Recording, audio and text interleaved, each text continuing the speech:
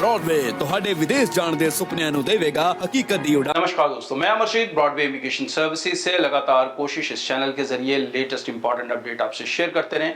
सो Canada को लेके अगर आपने वीजा हासिल करना है तो कौन से डॉक्यूमेंट्स जरूरी हैं। बहुत से लोग कुछ फालतू डॉक्यूमेंट्स अपनी फाइल में लगा रहे हैं और कुछ जरूरी डॉक्यूमेंट्स को मिस कर रहे हैं। तो भाई समझें फाइल के अंदर कौन से डॉक्यूमेंट्स जाएंगे तो ही आपका वीजा सही से डिसाइड होगा। तो नंबर 1 सबसे पहले हम करते हैं एजुकेशन की बात। एजुकेशन के अंदर एक चीज मैं आपको बेनिफिट वाली बता दूं, कनाडा को सिर्फ लेटेस्ट एजुकेशन के डॉक्यूमेंट चाहिए होते हैं। तो जिन बच्चों के प्रीवियस एजुकेशन में प्रॉब्लम है, लाइक मान लो आपके 10th के बहुत कम परसेंट हैं, तो भाई 10th का सर्टिफिकेट मत लगाओ, सिर्फ 12th का लगाओ, आपके वीजा डिसीजन पे कोई इफेक्ट नहीं आएगा। ये बेनिफिट है।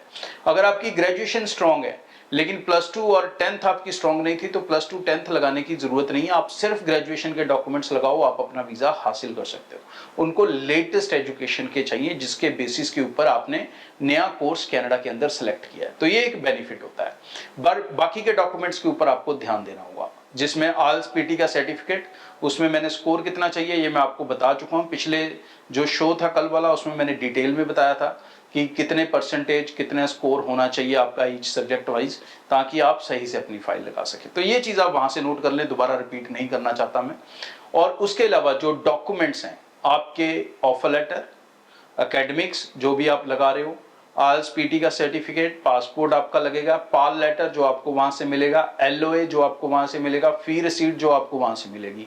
ये इंपॉर्टेंट डॉक्यूमेंट्स कॉलेज तक लिमिटेड हो गए। उसके बाद सबसे ज्यादा गड़बड़ बच्चे करते हैं फाइनेंशियल्स लगाने के अंदर। सो फाइनेंशियल्स के अंदर आपका जीआईसी लगेगा, आपके बैंक स्टेटमेंट 6 महीने की लगेगी, ठीक है जी, जिसमें आप अपने लिविंग कॉस्ट के अलावा फंड्स दिखा रहे हो।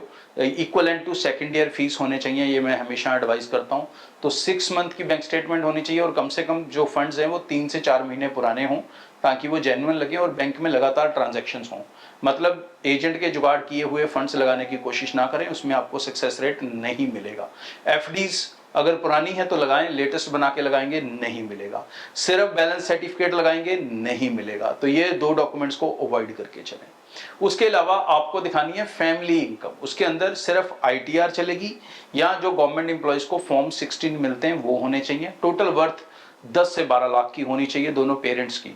अब बहुत लोग सीए रिपोर्ट्स लगाते हैं, जे फॉर्म्स लगाते हैं या ऐसे डेयरी फार्म सर्टिफिकेट फलाना डमकाना, नॉट रिक्वायर्ड, नहीं जरूरत है। अपने एक्सपीरियंस सर्टिफिकेट लगाएं, जो भी आपका गैप था उसको जो भी फिल करने के लिए आपने दिया है। और सबसे इंपॉर्टेंट बात अपना एसओपी।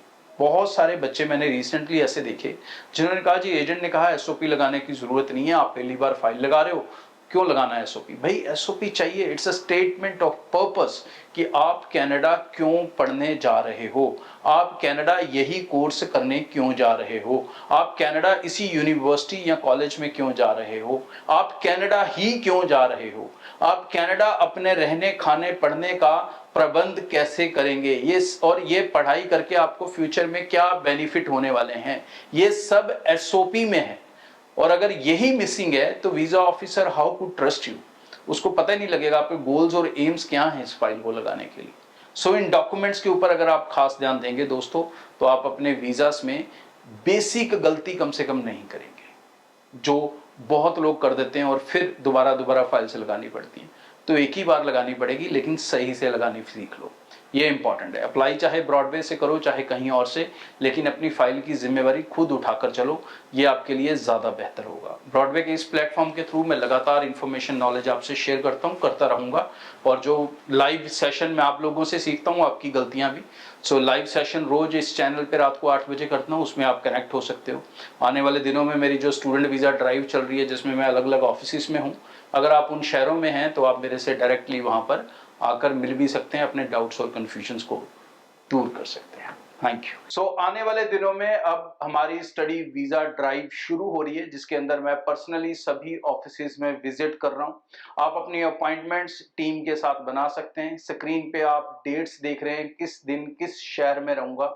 जो समय रहेगा तकरीबन 10 बजे से लेके 2 बजे तक, तो मैं 100% वहीं पर हूं। उसके अलावा डिपेंड है कि किस तरह से सिनारियो रहता है, उससे ज्यादा टाइम लगेगा या नहीं लगेगा, बट 2 बजे तक डेफिनेटली मैं अवेलेबल रहूंगा। सो कोशिश करें कि अपनी अपॉइंटमेंट इतने समय के बीच बीच में बनाएं और अपने डाउट्स और कंफ्यूजन्स को आप टीम के साथ बैठ के, मेरे साथ पर्सनली बैठ के क्लियर कर सकते हैं। सो ये आने वाले जो सेमिनार्स हैं, ये लगातार हमारे जितने भी 14 से 15 ऑफिस हैं सभी में रहेंगे। तो ये शुरू होंगे लुधियाना से, फिर उसके बाद मोगा रहेगा, फिर उसके बाद जालंधर रहेगा, होशियारपुर रहेगा, जम्मू। इस तरह से ये जो लिस्ट आप देख रहे हो, डेट्स साथ में नोट कर लें, तो अपनी अपॉइंटमेंट्स टीम के साथ बना लें।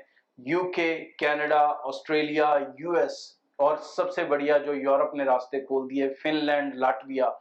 इसे लेकर आपके कोई भी कंफ्यूजन्स हैं, कोई भी डाउट्स हैं, तो निश्चिंत बेफिक्र होकर आप मेरे से मिल सकते हैं, क्योंकि ब्रॉडवे के साथ अप्लाई कर रहे हो तो एक बड़ा बेनिफिट हम देंगे मोस्ट ऑफ द स्टूडेंट्स को, खासकर यूके, फिनलैंड, लाटविया को, कि आपको सारे पैसे देने होंगे। वीजा लगने के बाद आप पूरा केस एक पैकेज में चला सकते हैं निश्चिंत और बेफिक्र होकर। ब्रॉडवे ਤੁਹਾਡੇ ਵਿਦੇਸ਼ ਜਾਣ ਦੇ ਸੁਪਨਿਆਂ ਨੂੰ ਦੇਵੇਗਾ ਹਕੀਕਤ ਦੀ ਉਡਾਨ।